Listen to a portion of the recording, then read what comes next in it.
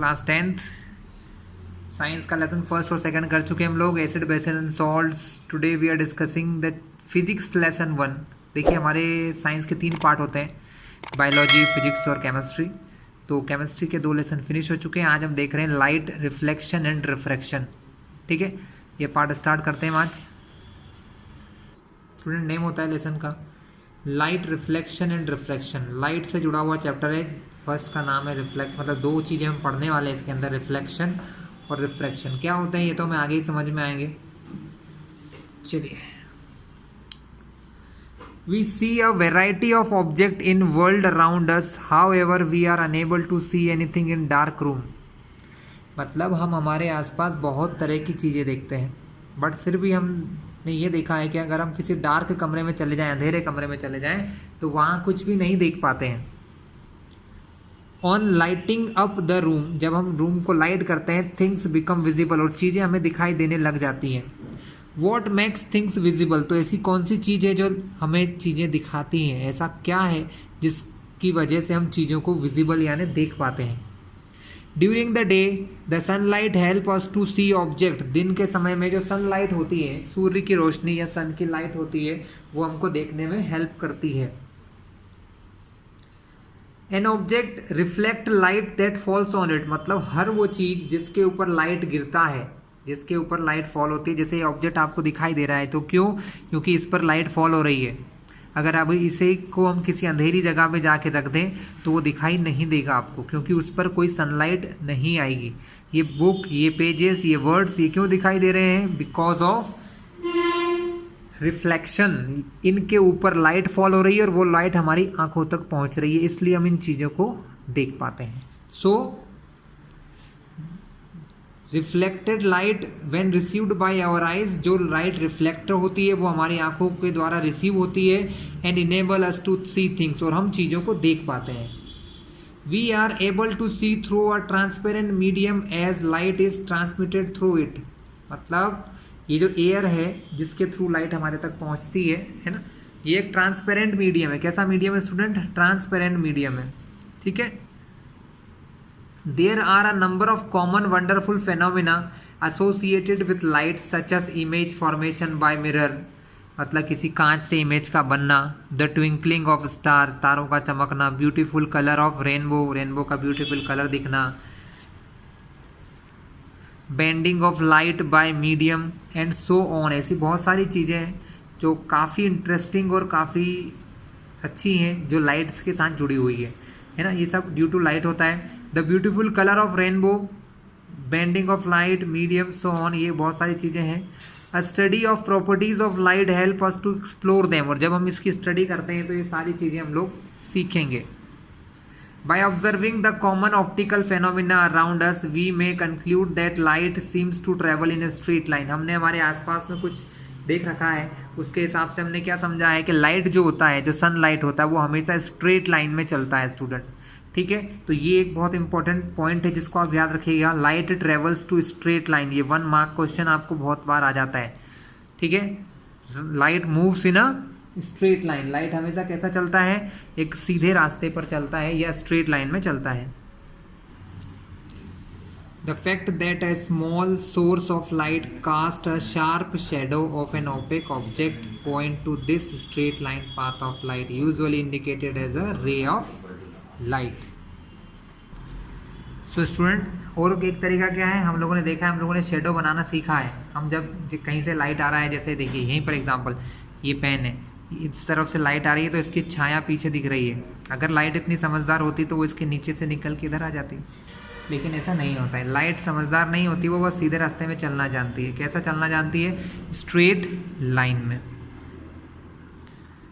If an opaque object on the path of light becomes very small, light has a tendency to bend around it and not walk in straight line, an effect known as diffraction of light, जो आप class 12th में पढ़ेंगे। मतलब light जब किसी opaque object से टकराता है, ओपेक मतलब ऐसी चीज़ जो लाइट को पास नहीं होने देती, उसको हम ओपेक ऑब्जेक्ट कहते हैं। ठीक है, तो लाइट उसके सामने से सीधा नहीं निकलती है, जबकि बेंड हो जाती है, टकरा कर बेंड हो जाती है। इस मेथड को डिफ्रैक्शन ऑफ लाइट कहते हैं। Then the straight line treatment of optics using rays fail to explain phenomenon such as diffraction. Light is thought of a wave, मतलब लाइट को एक वेव माना जाता है ना, एक रे ना मानते हुए एक वेव मानते हैं स्टूडेंट, ये बड़ी क्लास में पढ़ोगे आप लोग. The details which you will study in higher classes. Again, at the beginning of 20th century, it became known that the light with matter, that the wave theory of light often becomes inadequate for treatment of the interaction of light with matter, and light often behave somewhat like a stream of particle. और ये भी देखा गया कि ये कुछ particle के जैसे होती है. किसके जैसे होती है? कुछ पार्टिकल के जैसे होती है. और this confusion about the true nature of light is continued for some years till a modern quantum theory of light emerged, in which light is neither a wave nor a particle, and the new theory reconciles the particle property of light with the wave nature. ये क्या है student? ये आपके काम का अभी नहीं है, ये सिर्फ आपकी नॉलेज के लिए है, ये बड़ी क्लास में काम आएगा. क्या होता है ना, पहले के टाइम में क्या होता था, ये माना जाता था कि लाइट क्या है, एक पार्टिकल है. जैसे कि हमारे मिट्टी के छोटे छोटे टुकड़े होते हैं ना, वैसे ये मानते थे कि लाइट एक पार्टिकल है. क्या माना जाता था स्टूडेंट? कि लाइट एक पार्टिकल है. लेकिन जब डिफ्रैक्शन का डिस्कवरी हुई है, डिफ्रैक्शन के बारे में पता चला, तो ये क्लियर हो गया कि लाइट पार्टिकल नहीं है, लाइट तो कोई वेव है, कोई किरण है, कोई वेव है. ठीक है. इसके बाद इन्वेंशन होते गए और नई नई थ्योरीज आती गई, और ये क्लियर हो गया कि लाइट दोनों प्रकार का होता है. लाइट वेव भी होता है और लाइट पार्टिकल भी होता है. लाइट वेव कब होता है? लाइट वेव तब होता है जब वो अकेले चल रहा होता है, लेकिन जब वो किसी मैटर से या मटेरियल से टकराता है तो वो पार्टिकल नेचर शो करता है. कैसा नेचर शो करता है? पार्टिकल नेचर शो करता है. ये क्लास 12th की स्टडी में हम लोग पढ़ने वाले हैं. In this chapter we shall study the phenomenon of reflection. हम रिफ्लेक्शन पढ़ने वाले हैं एंड रिफ्रैक्शन भी पढ़ेंगे. Using the straight line propagation of light, और किस चीज़ से पढ़ेंगे? Straight light propagation. ये मान के चलते हैं कि लाइट सीधे रास्ते पे चलता है. These basic concept will help us in the study of some of the optical phenomenon. इनसे कुछ और चीज़ें भी सीखेंगे. In nature, we shall try to understand in this chapter the reflection of light, spherical mirror and refraction of light. चलिए आगे देखते हैं क्या होता है रिफ्लेक्शन. सीधा यहीं चलते हैं. रिफ्लेक्शन होता क्या है? तो अ हाईली पॉलिश्ड सरफेस, मतलब कोई बहुत चिकनी सतह जो पॉलिश की हुई है, सच एज अ मिरर, जैसे कि कोई mirror, reflect most of the light falling on it. वो उसके ऊपर फॉल होने वाली, उसके ऊपर गिरने वाली जितनी भी लाइट होती है उसको क्या करता है? रिफ्लेक्ट कर देता है. You are already familiar with the law of reflections.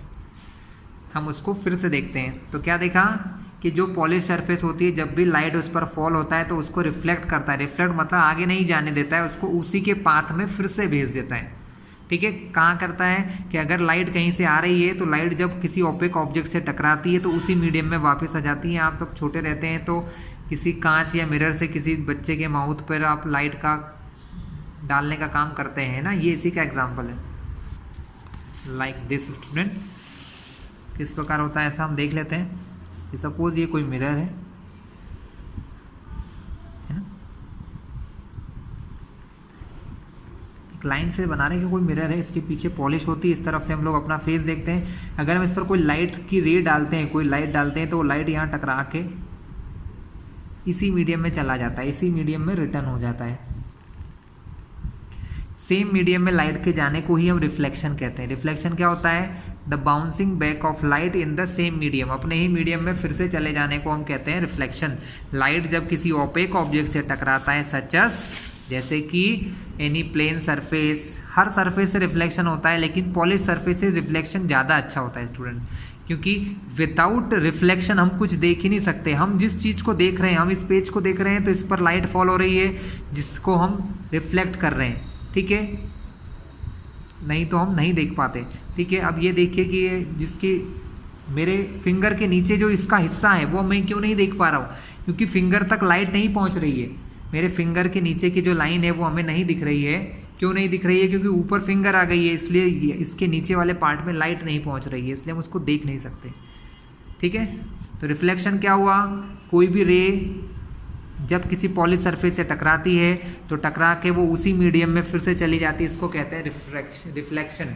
Reflection के दो लॉज हैं और दोनों लॉज समझ लेते हैं। पहला लॉ क्या कहता है, जो रे किसी लाइट की रे जो सनलाइट से आती है या किसी दूसरे लाइट से आती है उसको कहते हैं इंसिडेंट रे। क्या कहते हैं स्टूडेंट? Incident ray. और जो लाइट टकरा के दूसरे मीडियम में चली जाती है ना उसको कहते हैं रिफ्लेक्टेड रे। क्या कहते हैं स्टूडेंट? ये होती है रिफ्लेक्टेड रे। जिस पॉइंट पर ये स्ट्राइक करती है, टकराती है, स्ट्राइक करना या टकराती है, उसको हम कहते हैं पॉइंट ऑफ इंसिडेंट। इस पॉइंट को क्या कहोगे? Point of incident. इस पॉइंट का नाम होता है पॉइंट ऑफ इंसिडेंट। और जिस पॉइंट पर ये टकराती है हम यहाँ पर एक लाइन बनाते हैं जो कि इस मिरर से परपेंडिकुलर होती है। मतलब ये लाइन जो होती है वो इस मिरर के साथ 90 डिग्री का एंगल बनाती है। मिरर के साथ, ध्यान रखना, किसके साथ बनाती है लाइन? इस मिरर के साथ 90 डिग्री का एंगल बनाती है और इस लाइन को हम कहते हैं नॉर्मल। इस लाइन का नाम क्या होता है स्टूडेंट? इस लाइन का नेम होता है नॉर्मल। अब आप ये देख रहे होंगे कि नॉर्मल के साथ भी एंगल बन रहा है। एक एंगल कौन बना रहा है? एक जो रे आ रही है, इंसिडेंट रे को जनरली आई से रिप्रेजेंट करते हैं, तो यहाँ पर जो एंगल बन रहा है वो होता है इंसिडेंट एंगल आई। क्या कहते हैं इसको? इंसिडेंट एंगल आई। जो एंगल इस रिफ्लेक्टेड रे और इस नॉर्मल के बीच में बनता है उसे कहते हैं reflected angle r. Reflected angle r. इतनी चीज़ें शायद आपको क्लियर हो गई होंगी। तो लॉ क्या कहता है?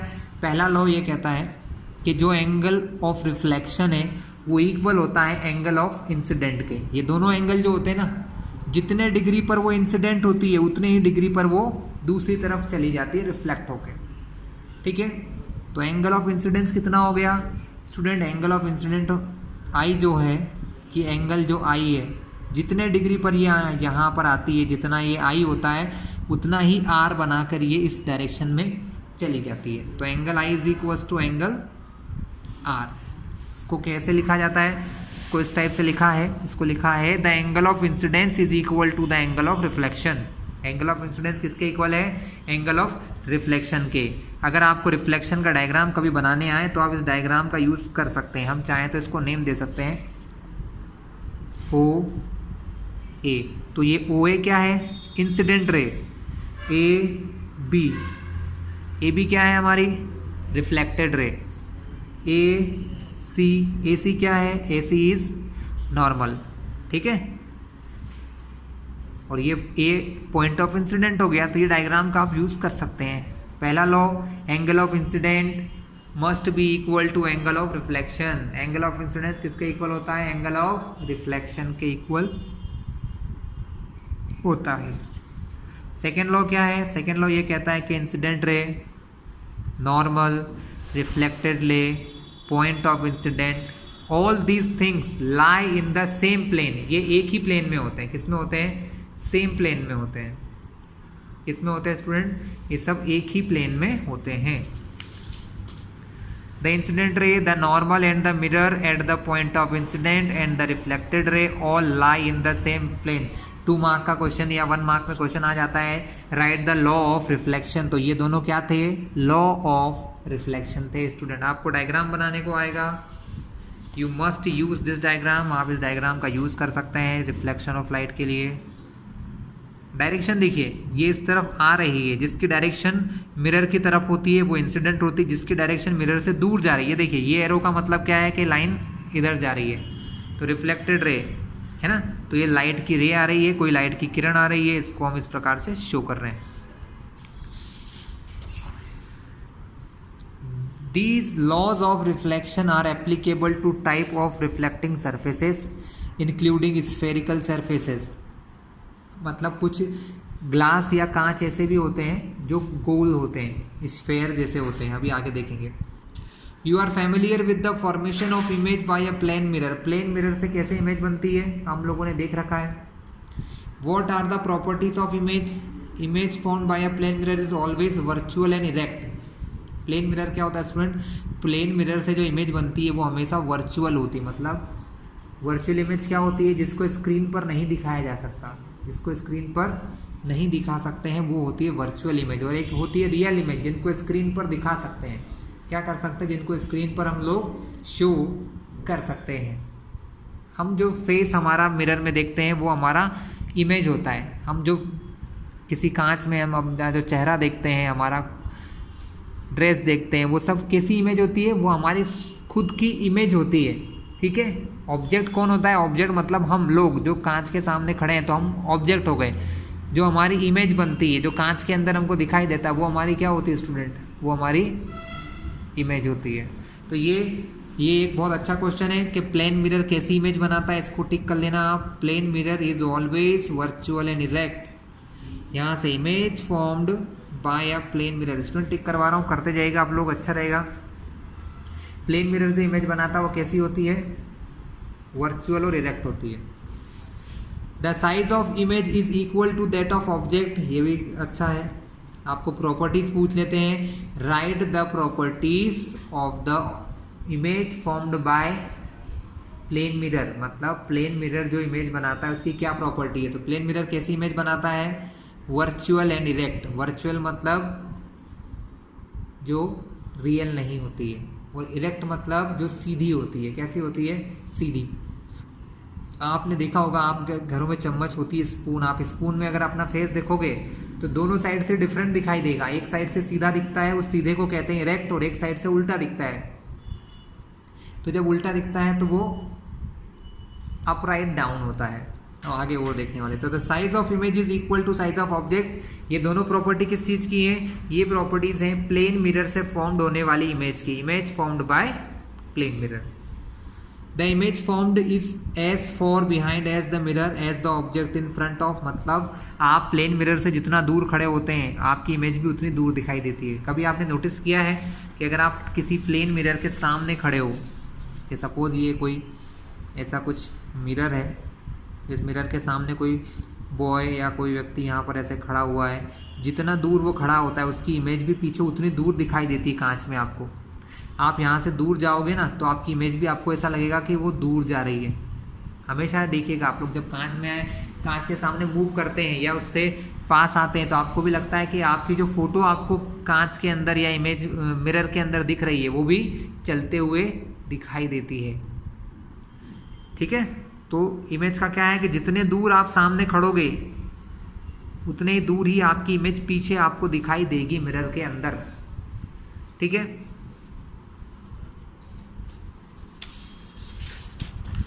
स्टूडेंट एक्टिविटी करने को कहा है, देख लेते हैं। Activity 10.1, take a shining spoon. आ गया देखो एग्जांपल, कोई चमचमाती स्पून लीजिए, चम्मच लीजिए। Try to view your face in its curve surface, इसकी जो कर्व सरफेस होती है उसमें अपना चेहरा देखने की कोशिश कीजिए। Do you get the image, क्या आपको इमेज दिखाई देगी।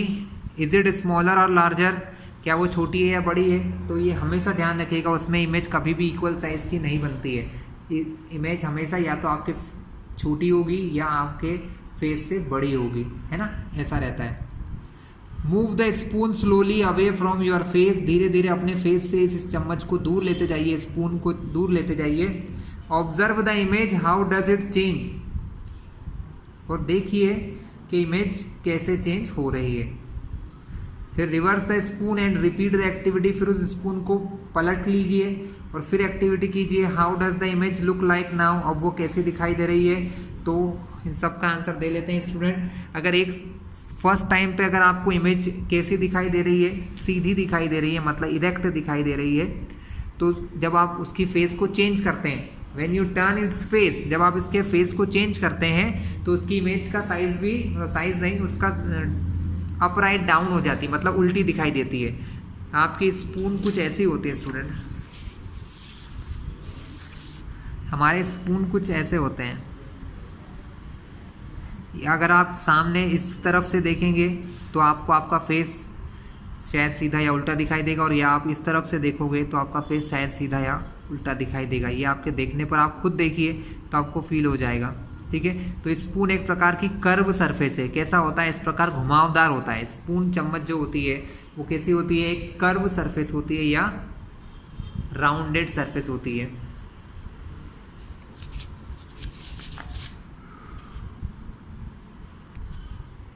So the curved surface of shining spoon could be consider as a curved mirror, उसको हम कर्व मिरर भी मान सकते हैं, घुमावदार mirror. The most commonly used type of curve mirror is the spherical mirror, curve mirror का नाम होता है spherical mirror. The reflecting surface of such mirrors can be considered to form a part of surface of sphere, मतलब ये माना जाता है कि जो कर्व्ड मिरर होते हैं वो किसी कांच के स्फेयर में से, स्फेयर मतलब ball, cricket ball, tennis ball, इसको स्फेयर कहा जाता है, तो या तो किसी कांच की बॉल में से कट किया जाता है, उसका हिस्सा होते हैं student. Such mirrors whose reflecting surfaces are spherical, मतलब ऐसे मिरर, ये आपका आंसर बनने वाला है question. Such mirror whose reflecting surfaces are spherical are called spherical mirror. ये 1 मार्क का क्वेश्चन है। स्फेरिकल मिरर क्या होते हैं? तो स्फेरिकल मिरर वो होते हैं जिसकी रिफ्लेक्टिंग सरफेसेस, कौन सी सरफेसेस? रिफ्लेक्टिंग, जहाँ से लाइट रिफ्लेक्ट होती वो प्लेन नहीं होती है, प्लेन मतलब सीधा कांच जो हमारे घरों में होता है, ठीक है। तो रिफ्लेक्टिंग सरफेस नहीं होती, उसकी सरफेस कैसी होती है? स्फेरिकल होती है, गोल होती है, कर्व होती है, उसको हम कहते हैं स्फेरिकल मिरर, ठीक है। कैसे बनते हैं स्टूडेंट, मैं समझाता हूँ आपको कि सपोज एक बॉल है, एक कांच की ऐसी बॉल है, अगर आप उसको यहाँ से कट कर दोगे तो आपको कुछ ऐसा हिस्सा मिल रहा है स्टूडेंट, ये टाइप का, है ना। और अगर मान लो सपोज आप इस तरफ पॉलिश कर देते हो तो इस सरफेस से क्या होगा? लाइट, जो लाइट इस पर फॉल होगी वो यहाँ से रिफ्लेक्ट होगी, मतलब अब आपका जो लाइट है वो कहाँ से रिफ्लेक्ट होगा? एक प्लेन सरफेस से नहीं हो रहा है, किससे हो रहा है? एक राउंडेड सरफेस से हो रहा है। किससे हो रहा है? राउंडेड। तो इस टाइप की सरफेसेस को हम क्या कहते हैं? इस टाइप की सरफेसेस को कर्व सरफेस कहते हैं। और इस टाइप के मिरर जो एक साइड से, मतलब ये कह लो कि जो कर्व होते हैं, जिनकी रिफ्लेक्टिंग सरफेस क्या होती है? कर्व होती है, वो हमारे क्या होते हैं? Spherical mirror. इसमें एक और पॉसिबिलिटी है, ये कुछ क्या लोग क्या करते हैं कि यहाँ से, जैसा ये एक मिरर मैंने बनाया, इसको ऐसे भी कट कर देते हैं, ऐसे कट करके उस ग्लास को ऐसा बना लेते हैं, तो उसकी पावर थोड़ी सी ज़्यादा बढ़ जाती है। अब इस टाइप का जो मिरर बन गया, कांच बन गया, क्योंकि कांच बहुत पतला रहता है, ज़्यादा मोटा नहीं होता है, तो इस टाइप का कांच बन जाता। मैंने इसको ऐसे और कट कर दिया तो मुझे कुछ इस टाइप का एक सरफेस मिलेगी, इस टाइप की सरफेस। तो ये इस टाइप की सरफेस में अब 2 पॉसिबिलिटी है स्टूडेंट, या तो हम इनसाइड, जब हम अंदर की साइड कलर पॉलिश कर देते हैं तो बाहर की सरफेस से क्या होता है? रिफ्लेक्शन। या कभी कभी ऐसा भी होता है कि हम लोग आउटर सरफेस में, कहाँ? हम लोग बाहर की सरफेस में कलर कर देते हैं, तब रिफ्लेक्शन कहाँ से होता है? अंदर की। अभी लाइट कहाँ फॉल होगा? इस वाले में कहाँ होगा? इस तरफ फॉल होगा। तो ये कर्व कुछ अंदर की तरफ है, देखिए बाहर की तरफ क्या हो रहा है? पॉलिश करी तो रिफ्लेक्शन कहाँ से होगा? इस सरफेस से। और अगर हम अंदर की तरफ पॉलिश कर दें तो रिफ्लेक्शन कहाँ होगा? इस बाहरी सरफेस से रिफ्लेक्शन होगा। तो ये देखा जाए तो मेनली 2 टाइप के मिरर होते हैं। अगर हम पॉलिश करें आउटर या अंदर वाले फेस पर तो स्फेरिकल मिरर 2 टाइप के होते हैं, कॉनकेव और कॉन्वेक्स। कैसे होते हैं स्टूडेंट? कॉनकेव और कॉन्वेक्स, इस 2 टाइप के मिरर्स हम लोग देखते हैं, ठीक है। कॉनकेव मिरर हो गया हमारा, कॉन्वेक्स मिरर हो चुका है। नेक्स्ट क्या है, आगे देखते हैं, इनको पढ़ लेते हैं अब ध्यान से, अगर डेफिनेशन आ गई तो क्या करोगे। The reflecting surface of A spherical mirror, मतलब कोई स्फेरिकल मिरर, ऐसे जो राउंडेड मिरर होते हैं, मे बी कर्व्ड इनवर्ड, मतलब वो कर्व अंदर की तरफ भी हो सकते हैं, और आउटवर्ड, मतलब उनमें रिफ्लेक्टिंग सरफेस जो होती है, देखो इसमें क्या हो रहा है? बाहर की तरफ पॉलिश है और रिफ्लेक्शन कहाँ से होगा? अंदर की सरफेस से। कहाँ से होगा? अंदर की सरफेस से। और इसमें क्या हो रहा है? अंदर के साइड में, इन साइड में हमने पॉलिश की है तो रिफ्लेक्शन आउटर सरफेस से हो रहा है। कहाँ से हो रहा है? आउटर सरफेस से। जिसमें रिफ्लेक्शन अंदर की सरफेस से होता है वो होता है हमारा कॉनकेव मिरर, और जिसमें रिफ्लेक्शन आउटर साइड से होता है वो होता है हमारा कॉन्वेक्स मिरर। क्या होता है स्टूडेंट? ये हमारा कॉन्वेक्स मिरर और ये हमारा कॉनकेव मिरर। अब यहाँ पर उन दोनों की definition, a spherical mirror whose reflecting surfaces is curved inward, जिसकी रिफ्लेक्टिंग सरफेसेस अंदर की तरफ कर्व होती है, that is faces toward the centre of the sphere is called concave. मतलब ये हो गया हमारा कॉनकेव मिरर, जिसकी रिफ्लेक्टिंग सरफेस अंदर की तरफ मुड़ रही है, है ना। कर्व इनवर्ड, कर्व किस तरफ बन रहा है, अंदर की तरफ हो रहा है, किस तरफ हो रहा है, कर्व इनवर्ड, वो होता है हमारा कॉनकेव मिरर। डेफिनेशन है स्टूडेंट, यहाँ से आप कर्व इनवर्ड कॉनकेव मिरर की डेफिनेशन है।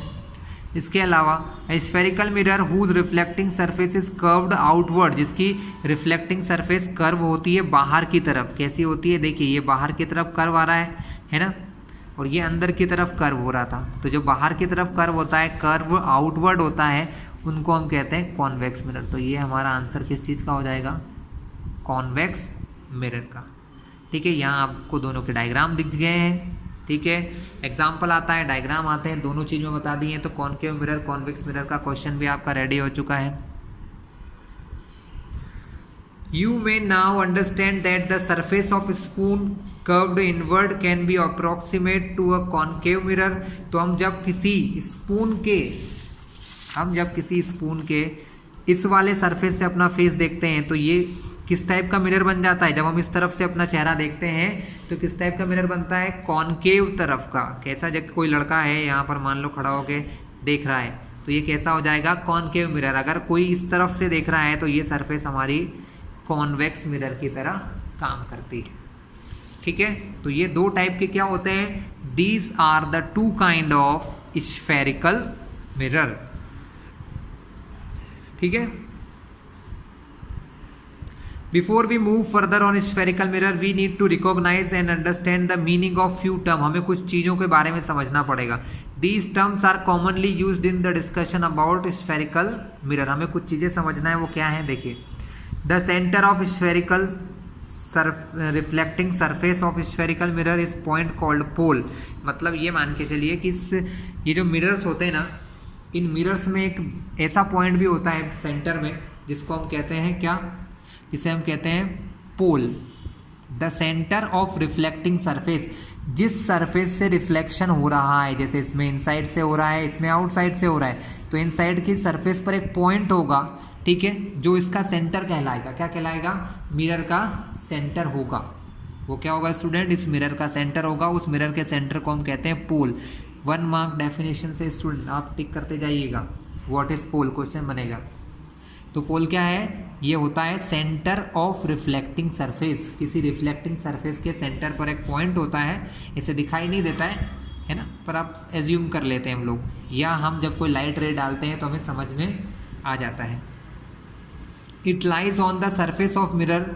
The pole is usually represented by P. Pole को हम जनरली पी से रिप्रेजेंट करते हैं, पी से बताते हैं। चलिए स्टूडेंट, डायग्राम में देखिए ये दिख रहा है, यहाँ हमने नाम पी दिया है तो ये हमारा पोल है, यहाँ हमने नाम पी दिया है तो ये हमारा क्या है, पोल है। यही चीज़ें क्या है अभी समझ में आ जाएगी आपको, बहुत आसान है।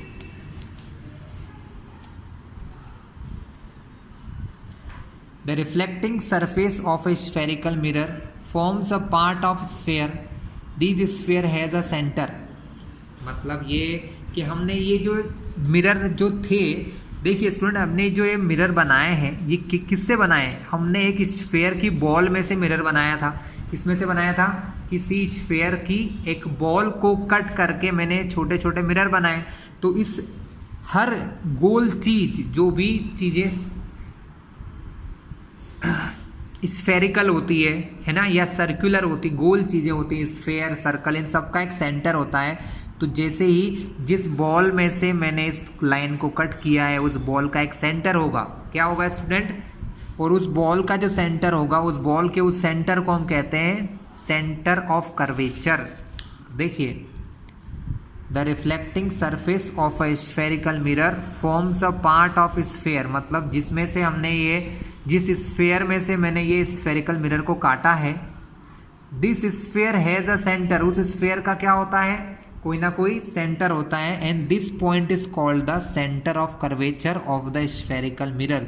ये उस स्फेरिकल मिरर का क्या होता है, सेंटर ऑफ कर्वेचर होता है। क्या होता है स्टूडेंट, सेंटर ऑफ कर्वेचर। क्या समझे, हम ये समझे कि हमने जो मिरर बनाया है, हम उसको किसी ना किसी गोल या स्फेरिकल बॉल में से कट करते हैं। यहाँ देखिए मैंने क्या बनाया था कि ये मान लो कोई स्फेरिकल बॉल है, उसमें से मैंने इस मिरर को कट किया है, ये देखिए, फिर उसको मैंने ऐसे छोटा कर लिया। बट जिस मिरर में से मैंने ये काटा है ना, उस मिरर का कोई ना कोई सेंटर होता है। क्या होता है, कोई ना कोई सेंटर होता है और उस सेंटर को ही हम कहते हैं सेंटर ऑफ कर्वेचर, जिसको रिप्रेजेंट करते हैं सी से।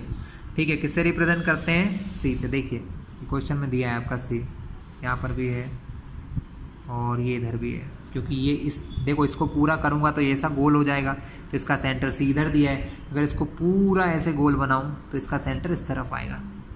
ठीक है, आगे चलते हैं।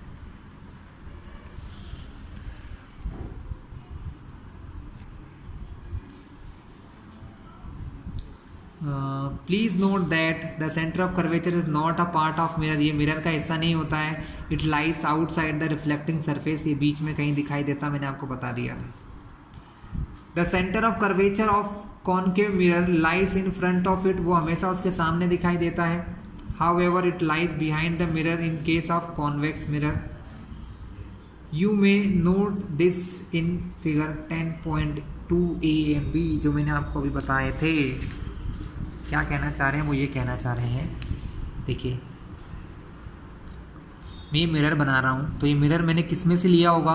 ये मिरर मैंने ऐसे किसी सर्कुलर चीज़ में से ही काटा होगा, किसी स्फेरिकल बॉल में से मैंने इसको कट कर दिया, तो ये जो हिस्सा है ये मिरर बन गया।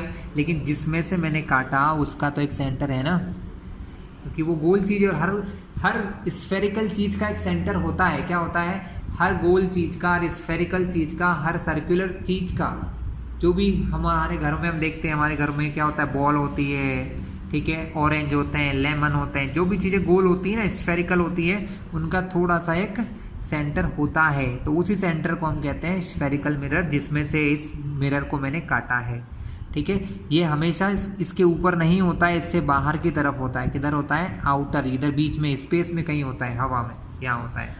ठीक है, इधर कहीं ना कहीं ये पाया जाता है, दिखता नहीं है ऐसे। ये तो समझने की बात है कि यहाँ पर उसका सेंटर है। इसके यूज है आगे, इसलिए समझा रहे हैं आपको हम।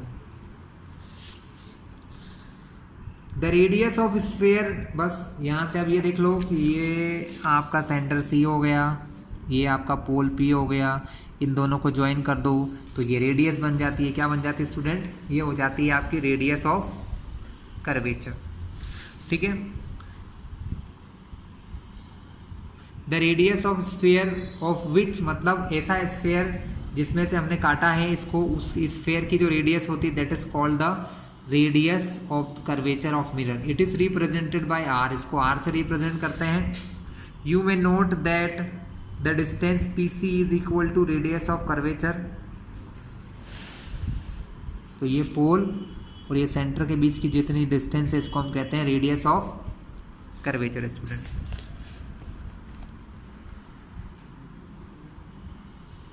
imagine a straight line passing through the pole and the center of curvature spherical mirror. This line is called the principal axis. Okay,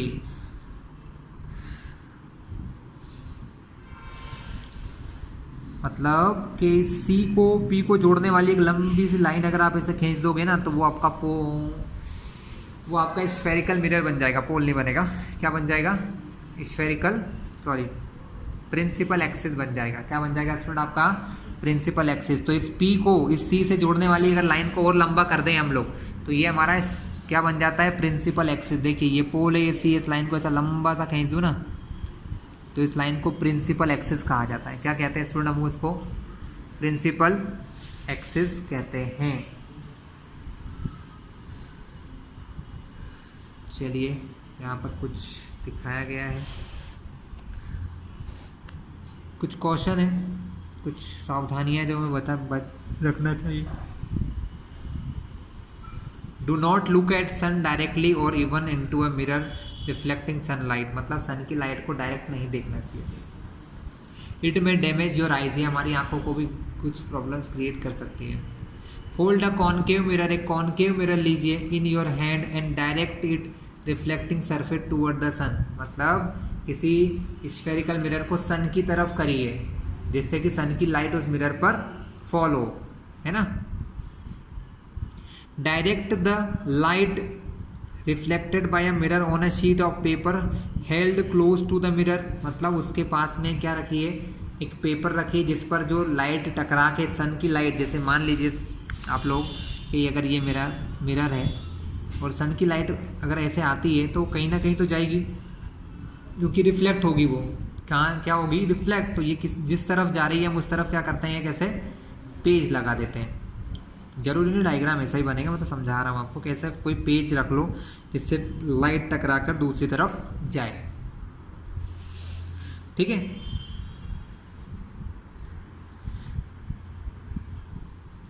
move the sheet of paper back and fourth gradually until you find on the paper sheet a bright sharp spot of light. मतलब उस paper को थोड़ा सा आगे और पीछे movement कराइए और देखिए कि कोई ऐसा पॉइंट बन रहा है क्या जहां पर सारी लाइट एक जगह इकट्ठी हो गई, चमकीला पॉइंट बन गया हो। क्या बन गया हो, चमकीला पॉइंट बन गया हो। Hold the mirror and paper in the same position for a few minute, what do you observe why. थोड़ी देर बाद आप क्या देखोगे कि वो पेपर धीरे धीरे बर्न भी हो सकता है अगर उस पर बहुत सारी लाइट जाएगी तो। ठीक है। The paper at first begins to burn producing smoke, वो जलने लगेगा क्योंकि सन की सारी लाइट, जितने भी लाइट सन की उस के ऊपर फॉल हो रही है वो एक पॉइंट के ऊपर जाके मिल चुकी है। कहाँ मिल चुकी है, एक पॉइंट के ऊपर जाकर मिल चुकी है। The light from the sun is converge at a point, मतलब लाइट कहाँ गिरती है, जितनी भी लाइट, अभी मैं आपको समझा दूंगा कैसे भी समझ लीजिए। इस जितनी भी लाइट इस मिरर पर पड़ती है वो एक पॉइंट पर जाकर इकट्ठा हो जाती है ना, इसलिए वो पेपर क्या होता है, जलने लग जाता है। ठीक है। अभी इसको समझ लीजिए स्टूडेंट, ये कुछ ऐसा ही डायग्राम में बनाने वाला हूँ आपको, है ना। कुछ रूल है जो हम आगे पढ़ने वाले में अभी बता देता हूँ आपको, समझ लीजिएगा, उसके बिना इस चीज़ को नहीं समझ पाओगे। देखिए ये आपका है concave mirror, suppose it is the pole, ये इसका पोल है और ये इसका प्रिंसिपल एक्सिस है, इसमें कहीं सी होगा बीच में। अब सन की लाइट हमेशा सीधे रास्ते से आती है स्टूडेंट, सन कैसे लाइट कैसे आती है, सीधे रास्ते से। तो मान लो जब भी कोई लाइट रे, जब भी कोई लाइट की किरणें सन से पैरेलल ऐसे आती हैं, मतलब सन से पैरेलल नहीं, सन से सीधी आती हैं और इस लाइन के पैरेलल आती हैं, इस लाइन से पैरेलल आती हैं, तो व्हेन क्या बोलोगे आप, when light coming parallel to principal axis, जब लाइट प्रिंसिपल एक्सिस से पैरेलल आता है। कैसा आता है स्टूडेंट, जब लाइट इस प्रिंसिपल एक्सिस से पैरेलल आता है तो जितना भी लाइट इस प्रिंसिपल एक्सिस से पैरेलल किरणें आती ना, जितनी भी रेज आती हैं वो सब एक पॉइंट पर जाकर इकट्ठा हो जाती हैं। सपोज ये है आपका वो पॉइंट जहाँ पर इकट्ठा होती है, ये लाइट भी टकरा कर इस पॉइंट पर आके इकट्ठा हो गई, मतलब यहाँ से पास होती, इकट्ठा होने का मतलब कि यहाँ से निकलती है। तो क्या सीखा हमने कि जो लाइन, जो सन की लाइट इस प्रिंसिपल एक्सिस के पैरेलल आती हैं वो रिफ्लेक्शन होने के बाद, रिफ्लेक्शन मतलब इससे टकराने के बाद एक पॉइंट पर जाके मिल जाती हैं, सारी रेज इस पॉइंट पर जाके मिल जाती हैं और इस पॉइंट को हम कहते हैं प्रिंसिपल फोकस। और अगर मान लो इस पॉइंट पर मैंने कोई पेपर रख दिया तो क्या होगा, जितनी भी लाइट आ रही थी वो एक पॉइंट पर आ गई, तो वो सारी गर्मी की वजह से वो पेपर जलने लग सकता है, वो पेपर जल सकता है। तो यहाँ से हमने क्या देखा कि ये लाइट, ये जो मिरर होता है हमारा कॉनकेव टाइप का जो मिरर होता है, ये सन की लाइट को इकट्ठा करता है। इकट्ठे करने को हम इंग्लिश में कहते हैं कन्वर्ज करता है। क्या करता है, कन्वर्ज। तो ये कॉनकेव मिरर किस टाइप का मिरर है, कॉनकेव मिरर एक टाइप का कन्वर्जिंग मिरर है। आपको क्वेश्चन आ जाता है, कॉनकेव मिरर नहीं बोलेगा वो आपसे पूछेगा कन्वर्जिंग मिरर की डेफिनेशन बताओ, तो कंफ्यूज हो जाओगे, कन्वर्जिंग तो पढ़ा ही नहीं। तो कन्वर्जिंग मिरर कौन सा होता है, कॉनकेव मिरर ही हमारा कन्वर्जिंग मिरर होता है। ठीक है, आप समझ में आया आपको। तो in fact this spot of light is the image of sun, ये जो स्पॉट ऑफ लाइट है ना ये सन की ही इमेज है। क्या है, सन की इमेज होती है। बट कहां पर है सन की image, on the sheet of paper. किस पर है, sheet of paper. This point is the focus of the concave mirror. और इस पॉइंट पर जहां पर जाके सारी लाइट इकट्ठा हो जाती है उसको हम क्या कहते हैं, फोकस कहते हैं स्टूडेंट। क्या कहते हैं, फोकस ऑफ कॉनकेव मिरर। ठीक है, या कोई कोई इसे प्रिंसिपल फोकस भी कहता है। The heat produced due to concentration of sunlight ignites the paper. मतलब ज्यादा गर्मी होने की वजह से क्या हुआ, वो पेपर इग्नाइट हो गया, जलने लगा। The distance of this image from the position of mirror gives the approximate value of focal length. और दूसरी बात ये कि इस प्रिंसिपल फोकस से इस पोल से इस फोकस के बीच की जो ये डिस्टेंस होती है, जैसा कि मैंने आपको भी बताया था कि इसको हम एफ कह सकते हैं, इस पॉइंट को नाम दे सकते हैं, फोकस बोला तो इसको एफ कह लो। तो इस एफ से पी के बीच की जो ये डिस्टेंस होती है इतनी, इसको हम क्या कहते हैं, ये हमारा होता है प्रिंसिपल फोकस। इसको हम कहते हैं प्रिंसिपल फोकस या फोकल लेंथ। क्या कहते हैं स्टूडेंट, इसको हम कहते हैं फोकल लेंथ। तो फोकल लेंथ की डेफिनेशन क्या हो जाएगी, फोकल लेंथ की डेफिनेशन हो जाएगी the distance between focus and pole. Focus और पोल के बीच की जो डिस्टेंस होती है उसको हम क्या कहते हैं, फोकल लेंथ। तो स्टूडेंट ये हमारी हो जाती है फोकल लेंथ। चलिए हमने ये टर्म को भी सीख लिया। ये रूल याद रख लेना स्टूडेंट, लाइंस या light ray which coming parallel to principal axis, जो लाइन इस प्रिंसिपल एक्सिस से पैरेलल आती हैं वो टकराकर जब रिफ्लेक्शन होता है तो उससे पैरेलल निकल जाती हैं। उससे कैसे निकल के जाती हैं, प्रिंसिपल एक पॉइंट से होकर जाती हैं और उस पॉइंट को हम कहते हैं प्रिंसिपल फोकस। क्या कहते हैं स्टूडेंट, इस पॉइंट को प्रिंसिपल फोकस कहते हैं। ठीक है, लेकिन ये डायग्राम क्या शो कर रहा है, तो ये डायग्राम भी सेम है पर थोड़ा सा डिफरेंट है। इसलिए डिफरेंट है मैं समझा देता हूँ। ये डायग्राम कैसा है, तो ये डायग्राम कुछ ऐसा है स्टूडेंट कि ये था कॉनकेव मिरर और दूसरा हमारा है कॉन्वेक्स मिरर। दूसरा मिरर कहता है स्टूडेंट हमारा कॉन्वेक्स। स्टूडेंट यहाँ क्या हो रहा है, रिफ्लेक्शन इस आउटवर्ड सरफेस से हो रहा है। सब कुछ इसमें भी वैसा ही है। यहाँ पर भी पोल होता है P, इसका C अंदर की तरफ होगा क्योंकि इस तरफ के गोले में से काटेंगे ना इसको, समझिए ध्यान से। इसका सर्कल कैसा होगा, इसका सर्कल कुछ ऐसा होगा। इसमें से हमने इसको काट लिया तो C कहाँ होगा, इसका इस तरफ होगा। और ये C और P को मिलाने वाली लाइन को हम क्या कहते हैं, प्रिंसिपल एक्सिस। अब लाइट इधर से तो आएंगी नहीं, क्योंकि लाइट इधर से आएंगी तो रिफ्लेक्शन ही नहीं होगा, क्योंकि लाइट को इधर से आना पड़ेगा। तो अब हम वही काम यहाँ देखते हैं कि जब लाइट रे आती है ऐसे, लेकिन आती इसके पैरेलल ही है,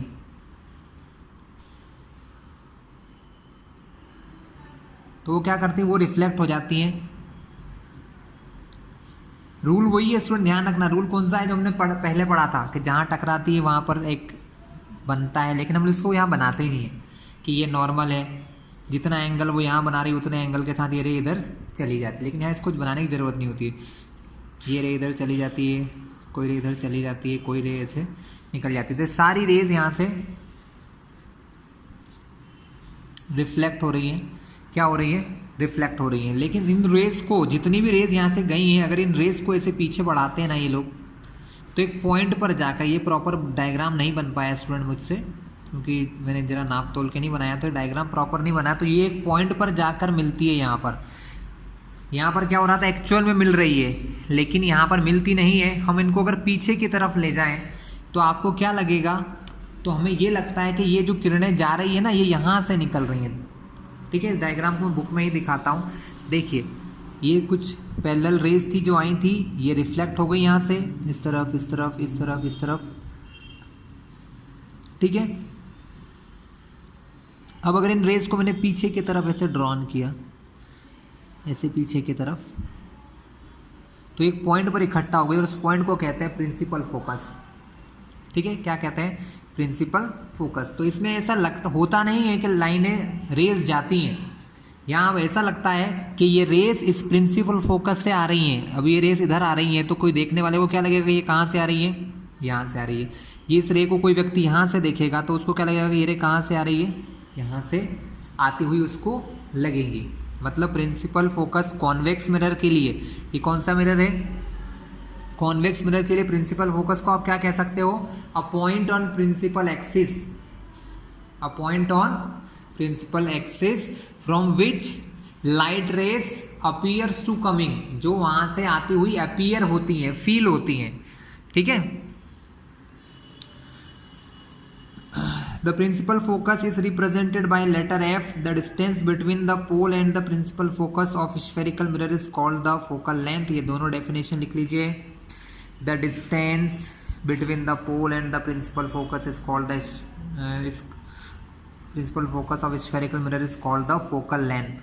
It is represented by small f. इसको किससे represent करते हैं? Small f. Small f मतलब focal length. ठीक है स्टूडेंट, इतना पार्ट और पढ़ेंगे आज, फिर सेकेंड वीडियो में देखेंगे इसके बाद वाले में. The reflecting surface of spherical mirror is by and large spherical mirror the surface then has a circular outline. The diameter of reflecting surface of spherical mirror is called the aperture. मतलब इसकी चौड़ाई कितनी है ना, ये यहाँ से यहाँ तक कि जो ये दिख रहा है आपको, ये इसका अपर्चर होता है कि कितनी लाइट को ये अपने अंदर कंटेन कर सकता है. कितनी लाइट को ये अपने अंदर कंटेन कर सकता है, वो हमारा क्या होता है? अपर्चर होता है स्टूडेंट. क्या होता है? अपर्चर.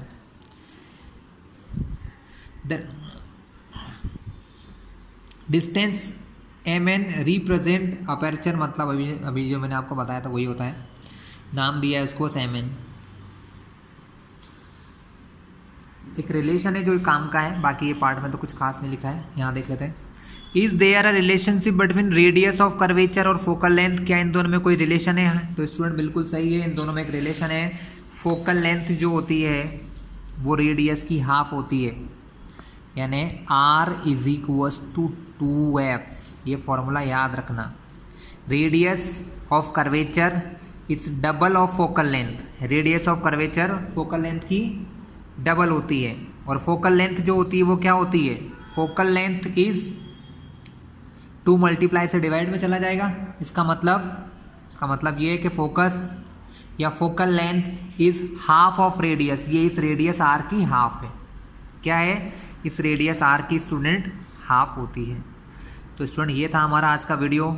अगर अभी भी आप इस चैनल पर नए हो तो इसको सब्सक्राइब कर लेना, क्योंकि पूरा 10th का साइंस, मैथ्स, इंग्लिश, संस्कृत सब कुछ आपको यहीं मिलेगा. ठीक है, नेक्स्ट वीडियो में मैं आपको सिखाऊंगा image formation by spherical mirror.